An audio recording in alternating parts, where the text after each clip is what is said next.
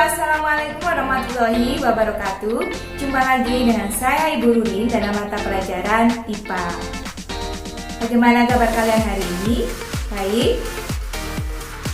Minggu lalu kita sudah belajar tentang alat ukur panjang, alat ukur massa, dan alat ukur waktu. Hari ini kita mau belajar apa?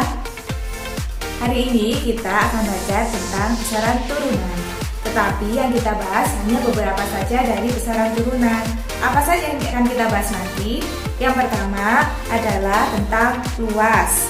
Yang kedua yang akan bahas adalah volume, lalu laju pertumbuhan, dan yang keempat adalah konsentrasi larutan. Untuk lebih jelasnya, silakan kalian simak penjelasan dari saya berikut ini. Saya yakin waktu di SD kalian sudah diajarkan oleh bapak ibu guru kalian bagaimana caranya menghitung luas sebuah benda yang teratur. Contohnya menghitung persegi panjang, menghitung luasnya persegi, menghitung luas lingkaran. Nah, saya yakin kalian pasti sudah pernah diajarkan. Semuanya sudah ada rumusnya dan tinggal memasukkan angka yang diketahui ke dalam rumus.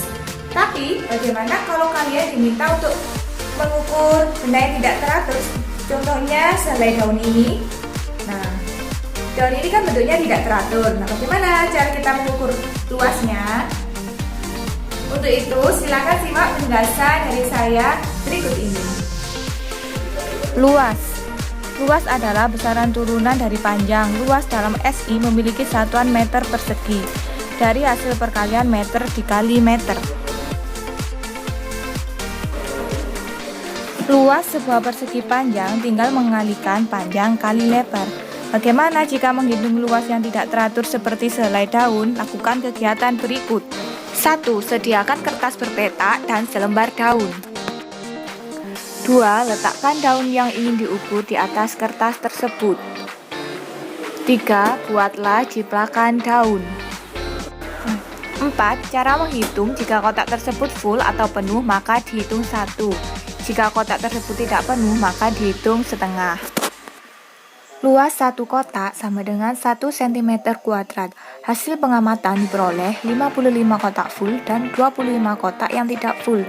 Maka luas daun tersebut adalah 55 ditambah 26 dikali setengah sama dengan 68 cm².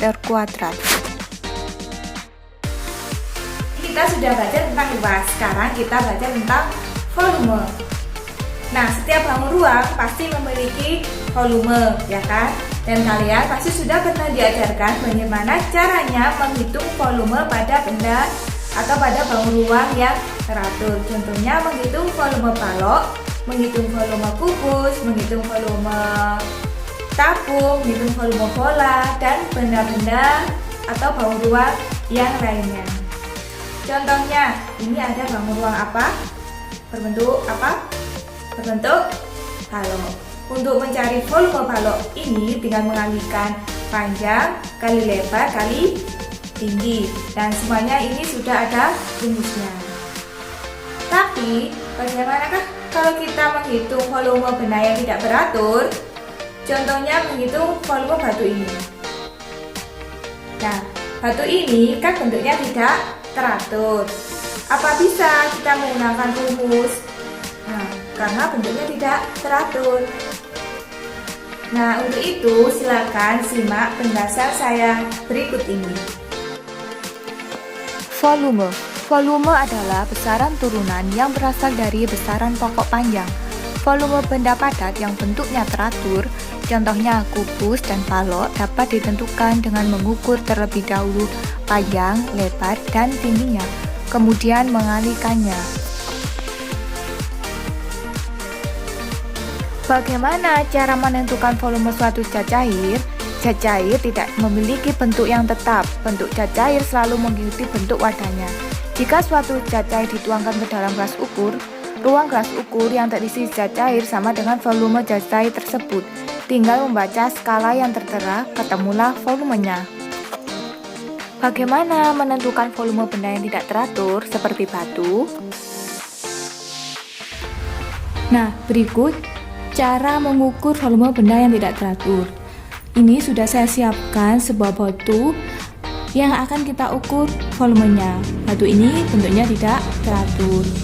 Dan saya siapkan gelas ukur yang sudah berisi air. Selanjutnya, kita lihat berapakah volume air yang berada di dalam gelas ukur ini. Nah, ternyata volume airnya adalah 60 mili ya. Sekarang kita ukur berapakah volume batu ini. Untuk mengukur volume batu ini, kita masukkan batu ini ke dalam gelas yang sudah kita isi air. Nah, maka air tersebut akan naik ya. Tadi 60 mili dan sekarang setelah dicelupkan sebuah batu menjadi 70 mili. Selisih antara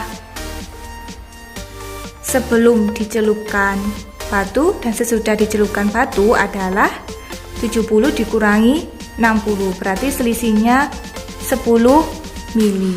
Nah, 10 mili ini adalah volume dari batu tersebut. Bagaimana? Mudah kan cara menghitung volume benda yang tidak teratur? Konsentrasi larutan. Pernahkah kalian membuat larutan gula? Jika kamu cicipi dan kurang manis, akan kamu tambahi gulanya. Semakin banyak gula akan semakin manis rasanya. Rasa manis memang bisa dirasakan dengan indera pengecap, tetapi adakah besaran yang dapat digunakan untuk menggambarkan banyaknya gula dan air dalam larutan tersebut? Jawabnya ada, yaitu konsentrasi larutan. Konsentrasi larutan adalah besaran yang menunjukkan kepekatan suatu larutan melalui perbandingan antara pelarut dan zat terlarut.